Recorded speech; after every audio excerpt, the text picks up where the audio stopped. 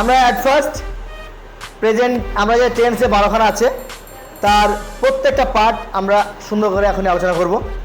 তার স্পেশালি আগে at first present এর 4টে পার্ট আলোচনা করব, তারপরে পাস্টে 4টে, তারপরে ফিউচার 4টে। ঠিক আছে? সো প্রথমে প্রেজেন্টের একটা আলোচনা করে নিই। সো আমি সাহায্য করি, আমি সাহায্য করি না, আই ডু নট। আমি কি সাহায্য করি, আমি কি সাহায্য করি না, আমি সাহায্য করছি, আমি সাহায্য করছি না, আমি কি সাহায্য করছি, আমি কি সাহায্য করছি না, আমি সাহায্য করেছি, আমি সাহায্য করিনি, আমি কি সাহায্য করেছি, আমি কি সাহায্য করিনি, আমি সাহায্য করছি, আমি সাহায্য করছি না, আমি কি সাহায্য করছি, আমি কি সাহায্য করছি না। এবার আমরা আলোচনা করব পাস্ট ইনডিফিনাইটের, মানে 4টে পার্টে আলোচনা করব। যেভাবে আমরা প্রেজেন্টের 4টে পার্ট আলোচনা করলাম, মানে উদাহরণ সহকারে, এভাবেই পাস্টের 4টে পার্ট আলোচনা করব। সো এখন উদাহরণ সহকারে দেখে নেব। সো আমি সাহায্য করলাম, আই হেল্প। আমি সাহায্য করলাম না,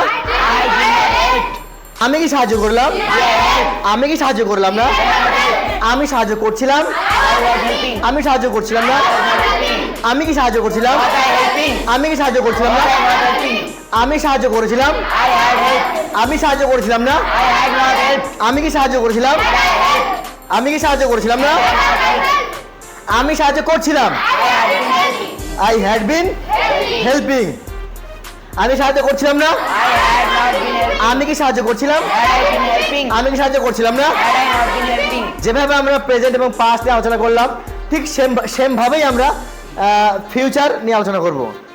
এতক্ষণ আমরা পাস্ট এবং প্রেজেন্ট আলোচনা করলাম, এবার ফিউচার নিয়ে আলোচনা করবো উদাহরণ সহকারে যেভাবে দেখছি।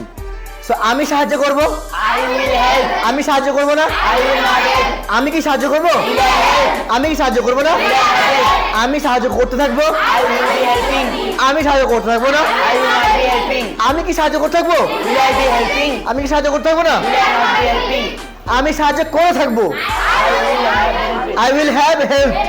আমি সাহায্য করে থাকবো না, আমি কি সাহায্য করে থাকবো, আমি কি সাহায্য করতে থাকবো না, আমি সাহায্য করতে থাকবো,